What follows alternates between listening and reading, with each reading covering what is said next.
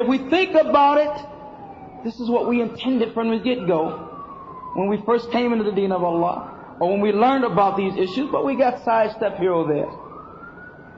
Someone came along and told us something else. Someone came along and gave us another plan. Someone came along and gave us another program.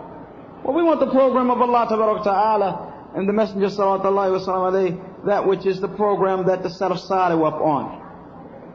There are many issues and there are many matters which we could discuss, but in general, what has to happen is that everyone realizes that this is everyone's masjid. It is not a masjid for the brothers in Newark, but it's a masjid for anyone on the face of the earth who wants to come and worship Allah Ta'ala in this particular locality. Anyone who wants to worship Allah Ta'ala in this particular locality. And come learn the deen of Allah Ta'ala and come advise the brothers. Everyone has deficiencies. Everyone has faults. Everyone is aware of some things and unaware of others. You know, I mean, it's a reality that I may advise you of something today, and then 2 or 3 days later you see me doing the same thing, and I need you to advise me. I've forgotten what I advised you about. To the degree you could probably say, brother, didn't you just tell me such and such and such and such? But this reality that insan, they say the man was called insan because he nasiya, he forgets. Often forgets, and has to be reminded constantly. Constantly reminded. There's a day coming, there's an akhirah, there's qiyamah, there's jannah, there's nar, there's malaika. Constantly reminded, the day for you to leave this world is coming. You don't know when. Alayka salam, you don't know what will happen or how it will happen, but definitely will happen. And you will meet Allah Ta'ala, who knows all that you conceal and all that you reveal. And no one can protect you from Allah Ta'ala. And if He makes a decision regarding your destination to a place other than what you wanted to go, then that will be the direction that you will take. May Allah protect us all from that. But these are the realities of what we have to remind one another about, particularly where we're at. Where we're at it's abhorrent. It's beyond belief. A man can memorize 10 ayat and go outside and lose it. 10 ayat, God, I had it in the masjid. 10 ayat, come out, look, khalas, it's gone. Ghurur, delusion. Qillat al-a'wan, very few people to help you do good. You want to do shar, evil, you got multitudes to help you. Multitudes to help you. Hey, take this, pay me back. No, pay me back. Multitudes. If you want to do khair, very few people is in support of that. Very few people is in support of that. So it takes a lot of tadhiyah, sacrifice, and a lot of striving. And we are supposed to be able to depend upon one another in this regard. As the Prophet ﷺ said, the believers are like one building. You know, one brick upon the other. And another narration says like one body. All these narrations we know. It's just a matter of taking them out of the books and implementing it into our lives. Implementing it into our lives. When we look at the Prophet Sallallahu Alaihi Wasallam and the companions, this is the first difference that we notice from that generation and this generation and all the generations that have been successful versus generations that have failed themselves and have failed the Muslims, and that is that the acting upon the knowledge. What does it benefit us if we memorize the whole Quran, or memorize all of Bukhari, or memorize Muslim, or memorize Usul Thalatha, and Aqidah Tahawiyya, and Qawaid al-Arba, and Kashf al-Shubuhat, and Fatawa Hamawiyya, and Risala Tatmariyya? What does it memorize if we memorize? What does it benefit if we memorize all that and we don't implement anything of it? Don't implement anything of it. It is implementation and actually practically living this Islam on a day-to-day basis. Living Aqidah Tahawiyya. To your walk in Aqidah Tahawiyya. To your walk in Risala Tatmariyya. To your walk in Usul Thalatha. To your walking like this. When it becomes that, it becomes reality that we're living. Now, for us, many of us is on the shelf.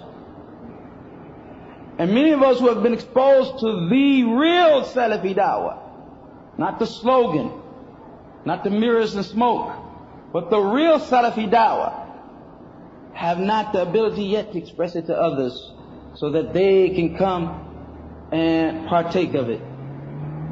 It is really horrible and horrendous. And any other word I could find in English language, but I'm not clicking like that tonight. That a da'wah called Salafiyya has been in this area since the last decade, and very few people in this area know it. Very few people in this area know it. And they ascribe to it ugly names and titles. Some of it is due to the fact that Ahl al-Batil don't like Haqq, no matter how much of it is shown. But some of it is due to the character, the manner, and the way Salafi has been presented.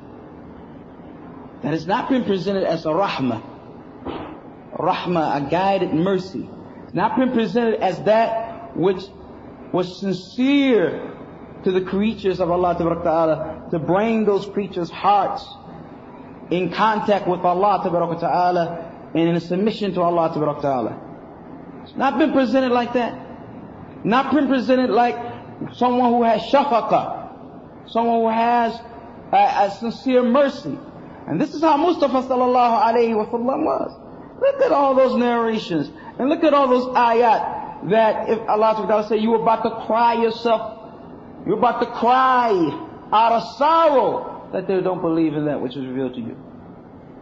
About to cry out of sorrow. And this is how the Prophet ﷺ was, merciful.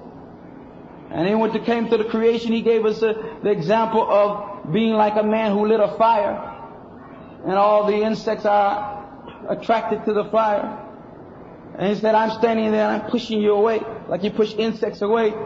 And this shows the amount of activity and concern that the Prophet ﷺ had, that physically he's pushing, if you can imagine, pushing insects away, as much as they are attracted to the light and they constantly come, and you've lit this in an area that is open, right? He said, this is how I am with you, pushing you, and you keep running into the fire. Has the Dawah Salafiyya been presented to people on that level? That it is a call to all the creation. It is, what is it if you, let's not get caught up on the terms. Take the word Salafi away, Athari away, Ahlus Sunnah wal Jama'ah. What is it but the Sirat al-Mustaqim, the straight path? What is it but the true Islam that Allah Ta'ala revealed from the heavens? What is it but practicing the deen that Muhammad and Abdullah sallallahu alayhi wa sallam and his companions were upon? In our belief, in our worships, in our manners, in our morals, in our whole way of life. That's all it is. How you understanding the deen, بفهم الصحيح, correct understanding. No one has infiltrated, no one has came in and polluted your understanding of what Allah Ta'ala revealed from the heavens. You're up on clarity. And ta'ala basira. You're up on clarity. This is all it is. But sometimes we get caught up in the slogans. Like I said, a brother saying sunnah, sunnah, sunnah, and hardly ever picks up a book of hadith. You ask him, well, have you read all of Bukhari? No. English, no Arabic? No. Have you read all 4 volumes of Muslim? No. English or Arabic? No. Have you read all of Riyadh al-Salihin? No. English or Arabic? No. Have you read all the 40 hadith of Nawawi? No. English or Arabic? No. Then how do you keep saying sunnah? The sunnah's in one valley and you in another. The sunnah's somewhere else. The one who really loves the sunnah is going to be reading those books. Along with Quran, along with tafsir, he's going to be reading those books. And the more you read those books, even if you don't memorize them, you become familiar with the personality of the Prophet ﷺ. As if you could almost picture him in certain events that take place, certain situations that take place. You read the story of Tabuk and the 3 that remained behind, and you see Ka'b saying he came to him, and the Prophet ﷺ smiled at me, but a smile with anger. You picture this. Right? The Prophet ﷺ left his wives and was laying in an attic, and Umar came to him. You picture this. The Prophet ﷺ entered Mecca with a black imama on, with his head pressed against the camel, making dua to Allah Ta'ala. You picture this.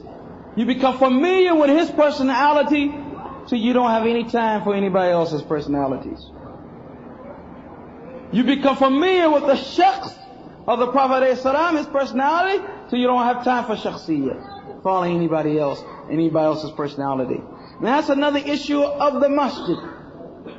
That the masjid, ar-Rahmah, any other masjid trying to be upon kitab wa sunnah wa salaf salih, is against those two illnesses of shakhsiyyah and hizbiyyah, of personality following, and I don't want to say worship, some say worship, but if you worship, you're really outside of Islam. You get to that level. But personality following and hizbiyyah, any partisanship, clicking up, making ourselves into group, us and them, we, how we, and how they are. And you're talking about your brothers for kitab wa sunnah. Come here, let me tell you. Yeah, one of those type of things.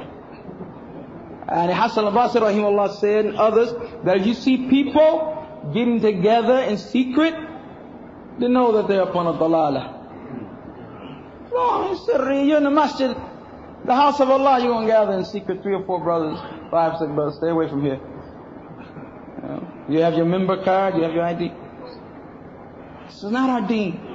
Similarly, at-ta'assub ad-dameen, being obstinate or prejudicially obstinate and sticking to the view of one scholar. This is nowadays going on. And that means that we respect all of the scholars. And we say, as Imam Tahawi says in Aqidah,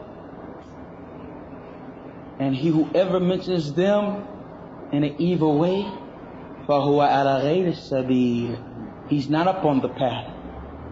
So we don't accept any ta'an of the scholars. Any way you want to do it. You want to be direct with it or you want to be indirect. Any type of ta'an, fault finding regarding the scholars and trying to make individuals belittle the scholars or trying to talk about them in a nasty way. Because if we believe they are scholars, then we must believe what the Prophet ﷺ said, that the scholars are the inheritors of the prophets of Allah. And who inherits from the prophets? Those who are far away from them or those who are most closest to them? Those who are most closest to them. So if they are in fact scholars, then they are inheritors of the Prophet ﷺ and the most closest to the Prophet ﷺ. So if that is the case, then why are you opening your mouth in a negative way? Rather sarihatan, openly, or isharatan, pointing something out indirectly. So we respect all of the scholars, but we also respect at-takhassus, those who are specialists. That among the scholars are those who are specialists in tafsir. فَعَلَيْكَ بِهِ فِي تَفْسِير, you must benefit from him in tafsir. And among the scholars are those who are mutakhassis, all of them generally al-aqidah salima. No doubt about it. All of them are correct aqidah. But those who are like oceans in aqidah, mutakhassis fil aqidah, specialists in aqidah, alayka bihi fil aqidah. And amongst the scholars, those who are mutakhassis fil jarh wa ta'dil. So if you have a problem in jarh wa ta'dil, alayka bihi fi hada.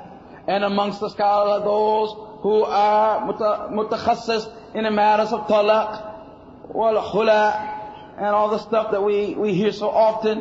That area of fiqh. So if you have a problem with that, then like that. Respecting the specialist, respecting the fact that Allah Ta'ala gives His virtue or gives His bounty to whoever He wills of His servant, and have given certain things, or certain of it, is the best form of, is nothing but adl, of nothing being just, but being just. Nothing but being just. So we respect that. And we respect all of the scholars.